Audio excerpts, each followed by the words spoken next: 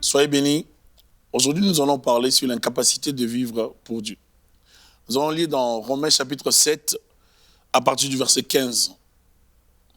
Louis II nous dit, « Car je ne sais pas ce que je fais. Je ne fais point ce que je veux, et je fais ce que je hais. Or, si je fais ce que je ne veux pas, je reconnais par là que la loi est bonne. Et maintenant, ce n'est plus moi qui le fais, mais c'est le péché qui habite en moi.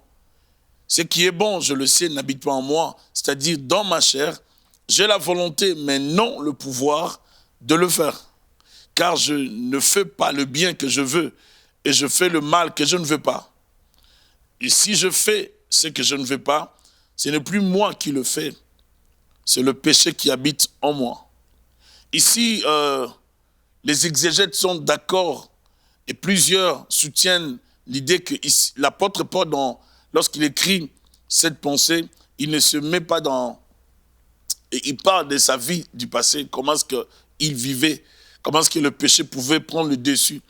Et le Seigneur nous invite, en tant que chrétiens, n'est-ce pas, à nous soumettre et à dépendre du Saint-Esprit. Si vous lisez dans Romains chapitre 7, l'apôtre Paul présente ces tableaux, mais dès qu'on arrive dans le Romains chapitre 8, il évolue vers...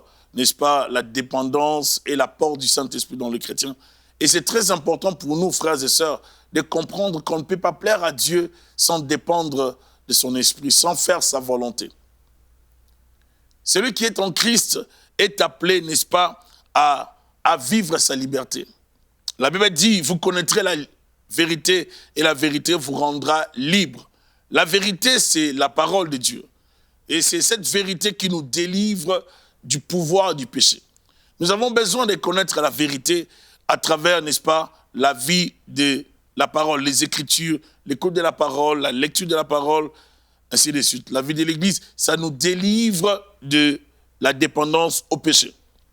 Il dit, car je ne sais pas ce que je fais, je ne fais point ce que je veux, et je fais ce que je hais. Il y a des gens qui vivent comme ça, qui ne savent pas ce qu'ils font, et qui ne font pas ce qu'ils veulent faire, et qui font même ce qu'ils détestent. Pourquoi? Parce qu'il y a un pouvoir, et ce pouvoir, c'est le pouvoir du péché. Parlons du pouvoir du péché. Le péché a un pouvoir qui peut nuire et contrôler quelqu'un, l'amener à faire des choses contre sa volonté. À tel point que on peut se retrouver en train de faire des choses, à mener une vie qui ne reflète pas nos valeurs, qui ne reflète pas ce qu'on a comme valeur à l'intérieur. Mais on le fait parce qu'il y a une force, il y a un pouvoir qui nous pousse à les faire. J'ai rencontré beaucoup de gens qui, après avoir commis des péchés, ils ont eu à faire des choses et après ils regrettent. Mais il y a comme une sorte de dépendance, n'est-ce pas, que le péché crée. Et à chaque fois qu'ils se retrouvent face à cela, ils n'arrivent pas à arrêter à faire les mauvaises choses. Le péché exerce un pouvoir qui transcende des fois la capacité de l'homme qui vit sans Dieu. Et la capacité de l'homme qui vit tout en négligeant le Saint-Esprit. Pour les païens, le péché exerce son plein pouvoir. Mais pour les chrétiens, ça n'a pas le plein pouvoir parce que Christ a vaincu le péché. Et maintenant, si dans le Christ, dans le Seigneur, le péché arrive à nous empêcher de servir Dieu, de plaire à Dieu, de prier, de nous consacrer pour Dieu, là, le péché a pris le dessus. C'est-à-dire, on a laissé au péché de nous dompter, de nous contrôler et de nous dominer. Ce qui n'est pas normal pour un chrétien, pour un enfant de Dieu. Le Seigneur nous invite à ne plus vivre comme ça. Selon Galates 2, verset 20, la parole nous déclare, ça c'est l'apôtre qui le dit, l'apôtre Paul qui le déclare, ce n'est plus moi qui vis.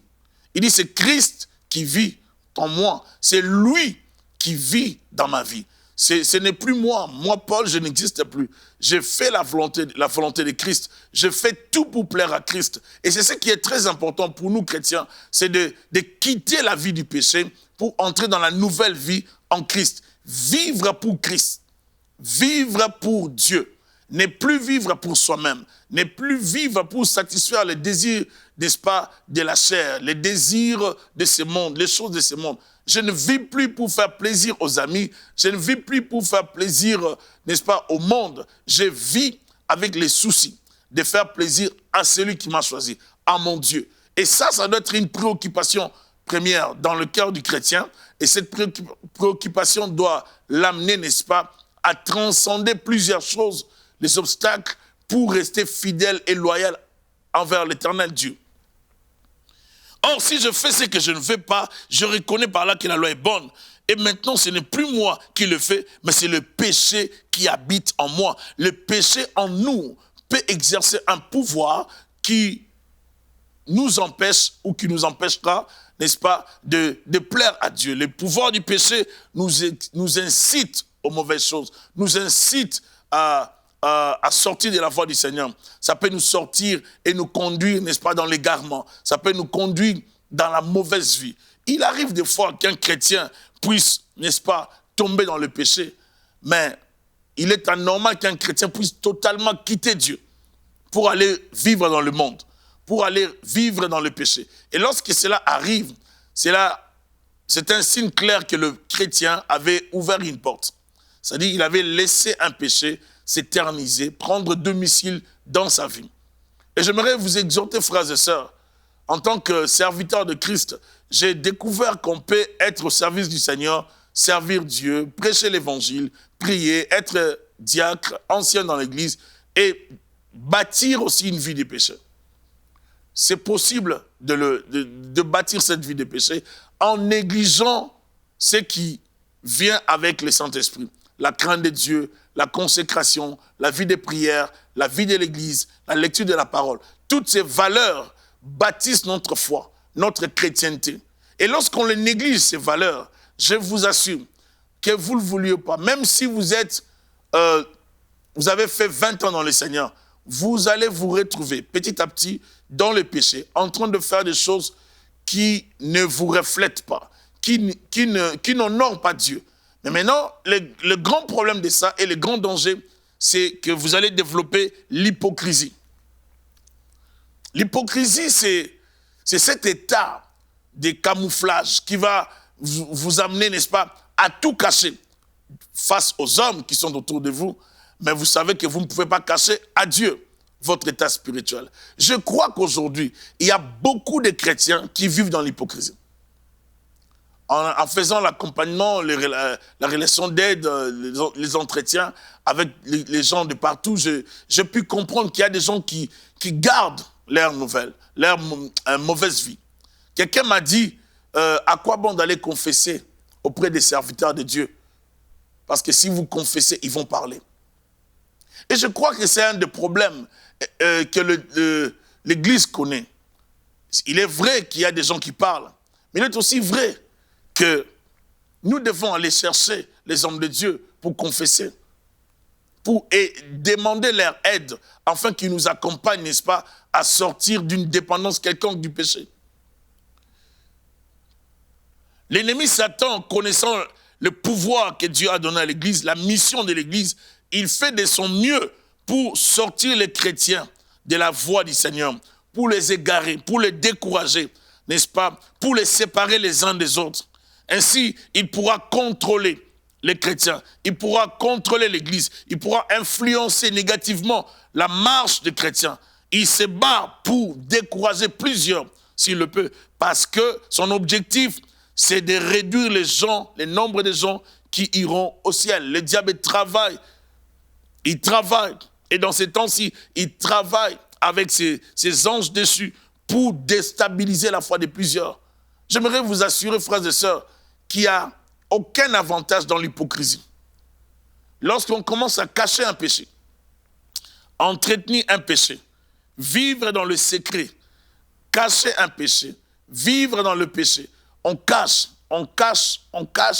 ça détruit votre foi. Ça détruit votre vie de prière. Ça détruit votre paix intérieure. Vous n'aurez plus la paix dans l'intérieur. Vous ne serez plus à l'aise de servir Dieu. Vous serez mal à l'aise. C'est ainsi que vous allez voir quelqu'un, il ne veut plus servir Dieu parce que lui-même, il sait que dans son cœur, il n'est plus correct. Mais il ne veut pas non plus le dire.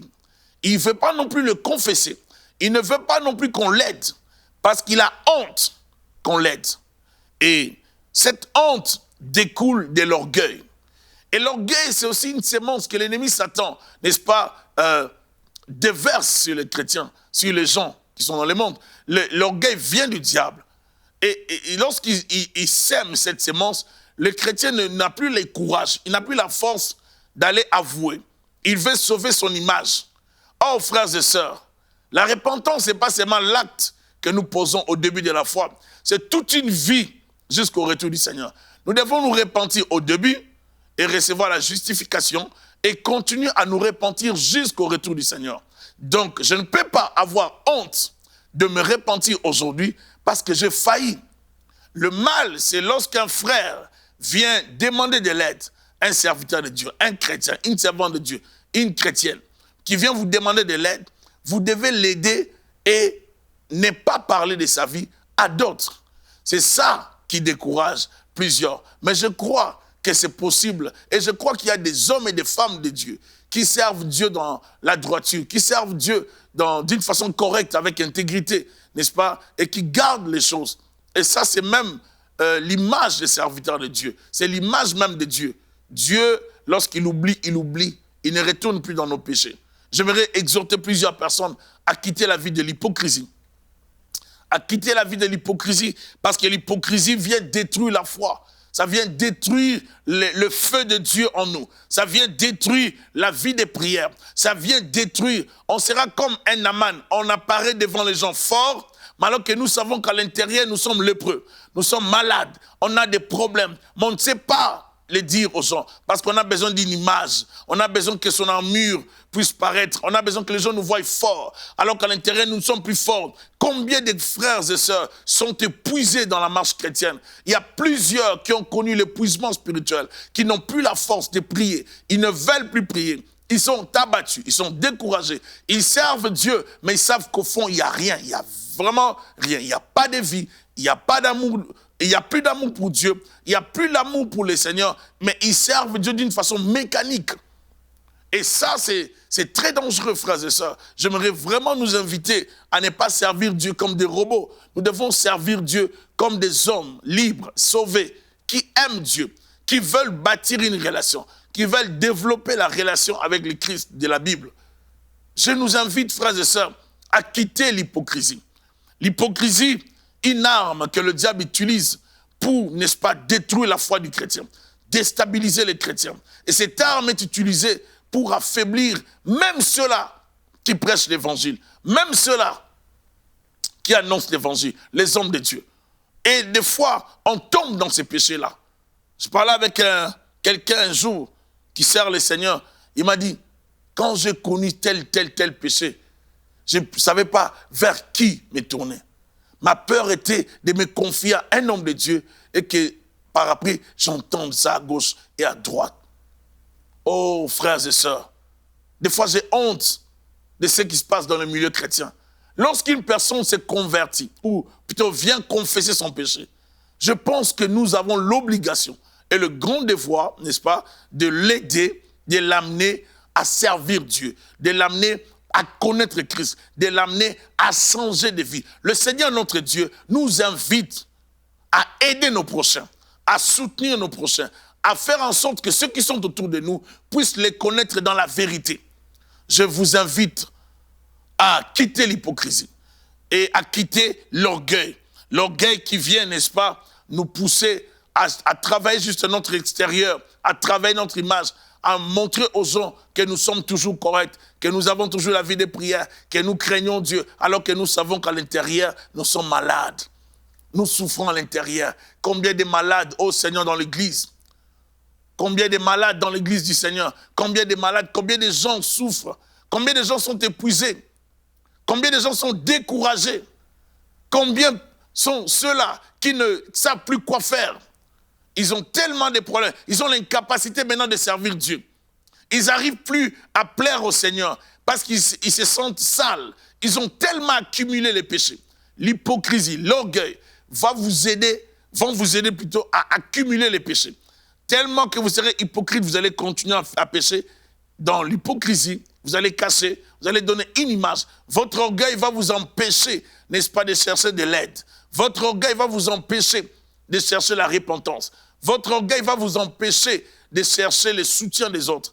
Et vous allez toujours défendre une image, parce que les soucis d'une telle personne, c'est l'image, et non la transformation, et non la métanoïa. J'aimerais vous exhorter, j'aimerais nous exhorter, frères et sœurs, de quitter la vie du péché, de quitter les mauvaises choses. L'apôtre dit, les choses que je veux faire, j'arrive pas à les faire. Les choses que je ne veux pas faire, c'est ce que je fais. Si je fais ce que je ne veux pas faire, c'est qu'il y a une force qui règne en moi. Et cette force, c'est le péché. Ça m'empêche de plaire à Dieu. Ça m'empêche de prier. Si je veux me concentrer, prier, dire à Dieu, Seigneur, j'ai besoin de toi. Le péché me dit, tu es sale, tu n'es pas digne, tu n'es pas correct, arrête de prier. Et le péché, le diable l'utilise maintenant comme l'arme pour nous accuser, comme l'arme d'accusation. Il t'accuse, il te décourage. À chaque fois que tu veux aller à l'église, il te dit, tu entends une voix en toi qui te dit, tu n'as pas besoin d'aller à l'église. Tu es trop sale pour l'église,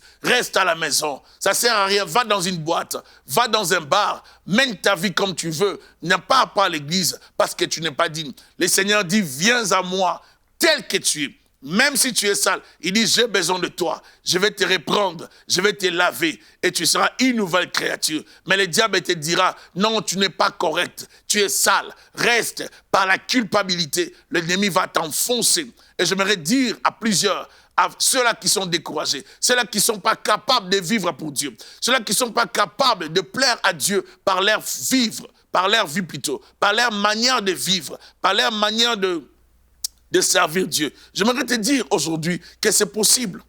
Il y a aussi certaines personnes qui ont connu l'incapacité de servir Dieu parce qu'ils ont commis, disons, un grand péché. Et ce péché les a enfoncés et ils se sont dit, bon, écoute, ça ne sert plus à rien de servir Dieu, je suis découragé, je ne vais plus servir Dieu. Je lisais un livre dans le passé sur un homme de Dieu qui était découragé, qui ne voulait plus servir Dieu. Il disait que dans l'église, il n'y a pas l'amour. L'épuisement peut arriver dans une vie. Même ceux-là qui servent peuvent être épuisés. Même ceux-là qui prêchent peuvent connaître l'épuisement. Même ceux-là qui servent dans l'église peuvent connaître l'épuisement. Et des fois, les découragements. On n'a plus la force de servir Dieu. On tombe dans un sommeil en fait. On n'a plus les capacités. On ne peut pas travailler quand on dort. C'est ça le problème. On ne peut pas servir quand on dort. On ne sera pas productif dans le sommeil. Le sommeil spirituel, c'est un état qui nous bloque, qui nous paralyse, qui nous empêche de plaire à Dieu. Matthieu 7, 13 nous dit, « Entrez par la porte étroite, car large est la porte, spacieux est le chemin qui mène à la perdition. » Il y en a beaucoup qui entrent par là. Verset 14, « Mais étroite est la porte, resserrez le chemin qui mène à la vie. » Il y en a peu qui le trouvent. Frères et sœurs, le Seigneur nous invite. Le Seigneur nous invite à choisir le bon chemin. Quel que soit ce que vous avez connu, quel que soit ce que vous avez traversé, j'aimerais vous dire aujourd'hui que c'est possible de vivre pour Christ. C'est possible de servir Dieu dans cette génération. Même si vous ratez les choses de ce monde, c'est possible de vivre pour Christ. C'est possible de voir la main de Dieu dans votre vie et de servir le Seigneur dans la joie. Même si je ne pars pas dans de boîtes de nuit, même si je ne vis pas comme les hommes de ce monde, même si je n'écoute pas la musique du monde, c'est possible d'être joyeux, d'être béni dans le Seigneur, d'aimer la vie de Christ, de servir Dieu avec beaucoup plus de joie. Et c'est possible. J'aimerais vous dire que c'est possible si vous donnez à Christ la première place. Et si vous laissez à Christ de continuer à vous diriger, frères et sœurs, vous verrez que c'est possible. Amen. Dans Hébreux 10, 39, la parole déclare, « Nous ne sommes pas de ceux qui se retirent pour se perdre, mais de ceux qui ont la foi pour sauver leur âme. » Nous ne nous retirons pas du monde pour nous perdre dans l'église. Nous nous retirons du monde pour servir Christ et pour sauver nos âmes. Et j'aimerais nous exhorter, nous pousser encore davantage loin avec le Seigneur pour nous dire que c'est possible de vivre pour Christ. C'est possible de servir le Seigneur. C'est possible de voir la main de Dieu dans nos vies. Je peux servir Dieu et aimer encore les choses du Seigneur, quels que soient les péchés. Aujourd'hui, si je tombe dans le péché, je peux dire, Seigneur, pardonne-moi. Je pleure sur mon péché et je prends la résolution de ne plus demeurer dans le péché. Je décide, Seigneur, je ne veux plus rester là-bas. Je veux quitter le péché. Je vais te servir, je vais te plaire.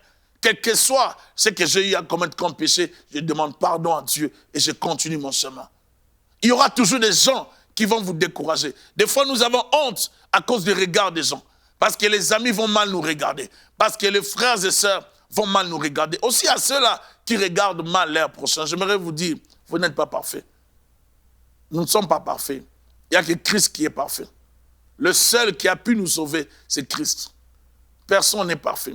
Nous devons au contraire aider nos frères qui n'arrivent pas à prier, qui n'arrivent pas à aimer les choses de Dieu. Nous devons leur donner le goût de servir Dieu, le goût d'aimer Dieu. Nous devons les inspirer, les motiver, les booster, afin qu'ils aiment le Seigneur, afin qu'ils s'accrochent à Dieu. Mais lorsqu'un frère tombe et d'autres se moquent, lorsqu'un frère connaît un scandale, c'est là que l'Église va l'enfoncer. Frères et sœurs, j'aimerais nous exhorter que ce n'est pas facile pour certaines personnes, vu leur réalité, vu leurs problèmes, vu ce qu'elles ont traversé dans la vie. Et ce n'est pas facile pour ces gens de mener la vie chrétienne. Et ça prend de l'aide. Et j'aimerais vous dire, frères et sœurs, vous pouvez aider quelqu'un autour de vous. Vous pouvez aider une personne qui est dans le besoin, qui veut servir Dieu, qui veut suivre Christ, mais qui n'arrive pas à cause d'un péché. Il y a des gens qui ne souffrent pas au début, mais il y a des gens qui souffrent par après. Il y a des gens qui ont commis des péchés. Ils ne peuvent pas les dire. Parce qu'ils n'ont pas confiance. Et c'est à cause de ces péchés qu'ils ne veulent pas. Quelqu'un m'a dit un jour, pasteur, je ne vais pas venir à l'église parce qu'à chaque fois que je te suis prêché, je me sens très mal. Je préfère finir d'abord mes problèmes parce que j'ai trop de péchés. Je vais régler mes péchés et puis je viendrai à l'église. Mais pour le moment, n'insiste pas. Je ne peux pas venir parce que je souffre dans mon cœur à cause de ma vie. Il y a des gens qui veulent régler d'abord le péché et puis venir auprès du Seigneur. Je ne trouve pas ça correct. Mais il y a des gens qui disent que mieux vaut régler d'abord les problèmes à l'extérieur de l'église et puis venir à l'église. Pourquoi? Parce que les chrétiens ont aussi un regard. Et le regard des chrétiens empêche ceux-là qui vivent dans le péché de venir à l'église. Conséquence, dans nos églises, on a du mal à recevoir les païens. Lorsque les païens arrivent, on les regarde bizarrement. Le Seigneur Jésus ne nous a pas envoyés pour aller sauver des hommes parfaits. Il nous envoie pour aller sauver les pécheurs. Nous n'avons pas à choisir les gens qui iront au ciel. Ce n'est pas notre responsabilité. Nous n'avons pas à choisir les gens qui méritent d'entrer dans le paradis de Dieu. Ce n'est pas votre mission. Dieu nous envoie vers les païens. Il nous envoie vers toute personne. Même les gens qui sont dans le péché, dans les abominations. Dieu nous envoie aller sauver le monde. Nous n'avons pas à juger les gens sur leur habillement lorsqu'ils sont dans le monde. Nous devons leur présenter le Christ de la Bible. Nous devons présenter Christ avec amour, afin que ceux-là qui sont dans le monde puissent se convertir. C'est ça l'évangile. Ils vont se convertir dans l'église. Dans certaines églises, lorsqu'une personne est très mal habillée, arrive, surtout les femmes, ça crée la panique. Mais pourtant, lorsqu'on panique et qu'on regarde une telle personne de la mauvaise façon, pour dire, avec mépris, pour dire qu'elle est païenne, elle n'est pas chrétienne. Et ça, franchement, frères et sœurs, ça brise des fois les cœurs de ces gens qui sont très sensibles. Je vous assure que j'ai compris aujourd'hui que ceux-là qui sont dans le monde se sentent mal à l'aise dans les églises. Et ils sont très sensibles au regard des chrétiens. Ils sont très sensibles à notre façon de les regarder, notre façon de les saluer. Il y a même d'autres qui ne veulent pas saluer ce genre de personnes parce qu'elles sont mal habillées, mal maquillées, mal coiffées, ainsi de suite. Mais nous ne sommes pas dans le même monde. Nous sommes dans deux vies. Et nous devons comprendre, j'invite les chrétiens à comprendre le païen et à les aider à suivre Christ. Et j'exhorte aussi les chrétiens, vous qui n'arrivez pas à prier Dieu, vous qui n'arrivez pas à vivre pour Christ, je voudrais vous dire, les choix, la solution de cela, c'est Jésus-Christ. Seul Jésus-Christ peut vous donner la capacité. La Bible dit, lorsque l'homme extérieur s'est détruit, l'homme intérieur se renouvelle du jour au jour. C'est à travers l'homme intérieur que nous aurons la capacité, n'est-ce pas, de vivre pour Dieu. Le Saint-Esprit nous aide de l'intérieur. La Bible dit, par le Saint-Esprit, il témoigne à notre esprit que nous sommes enfants de Dieu. Le Saint-Esprit en nous parle. Il nous donne la force de prier, la force de vivre pour Dieu. Des choses qui étaient pour moi comme des gains à cause du Saint-Esprit, je les regarde comme de la boue. J'arrive plus à faire les mauvaises choses que je faisais hier. J'arrive plus à vivre la vie du péché d'hier à cause du Saint-Esprit. Il m'amène à vivre une nouvelle vie en Christ. Alléluia. Il m'amène à vivre une nouvelle vie en Christ. Quand j'écoute la parole de Dieu, j'aime vivre pour Dieu. Frères et sœurs, il me suffit seulement d'écouter une musique chrétienne, une chanson, un chant, un cantique, lorsqu'on parle de Jésus-Christ, ou bien une prédication, directement, je sens la présence de Dieu m'envahir. Ça me fait tellement du bien. J'aime servir Dieu. Et j'aimerais vous exhorter, vous devez trouver du plaisir, de l'amour à servir Dieu. Parce que Dieu vous a tellement aimé, et il vous demande en retour de lui redonner cet amour. Dieu vous aime. C'est possible de vivre pour Christ. Et vous êtes capable de vivre pour Dieu. Ne vous découragez pas. Même si les péchés essayent de faire les découragements, vous combattre en vous, vous devez résister. Dans toutes ces choses, j'aimerais dire à quelqu'un que nous sommes plus que vainqueurs. Nous ne devons pas nous décourager parce qu'il y a un péché qui réclame les dessus, qui réclame les devants. Le Seigneur nous a donné la force de vaincre le mal par le bien. Le Seigneur nous a donné la force de vivre pour le bien. Nous avons été créés pour de bonnes choses. Nous avons été créés pour manifester le royaume des cieux. Nous avons été créés pour manifester Jésus-Christ dans ce monde. Nous devons vivre et manifester les bonnes œuvres. Si quelqu'un est en Christ, il est une nouvelle créature. Les choses anciennes sont passées. Et voici, toutes choses sont devenues nouvelles. Il devient capable de vivre pour Dieu. Il devient capable de manifester Christ par sa vie. Lorsque les hommes diront du mal de lui, ils ne le trouveront pas dedans. Lorsque les gens le verront, ils diront, s'il est comme Christ. Il ressemble à Jésus-Christ. Il ressemble à Christ par sa vie, par sa manière de vivre, par sa façon de vivre, par sa façon de parler. J'aimerais vous bénir aujourd'hui et vous exhorter, frères et sœurs, à suivre le Seigneur Jésus-Christ. Seigneur, donne la force à mon frère et à ma sœur. Donne-nous la force de vivre pour toi. Donne-nous la force de te suivre. C'est possible, Père, de te suivre. C'est possible de vivre pour toi et d'être capable de vivre dans la crainte de Dieu. Parce que la parole nous déclare, nous avons été créés pour de bonnes œuvres. Que Dieu vous donne la force de vivre les bonnes œuvres, de marcher pour Jésus-Christ. Soyez bénis au-delà de votre imagination. Soyez fortifiés par le Saint-Esprit. Au nom de Jésus-Christ. Amen.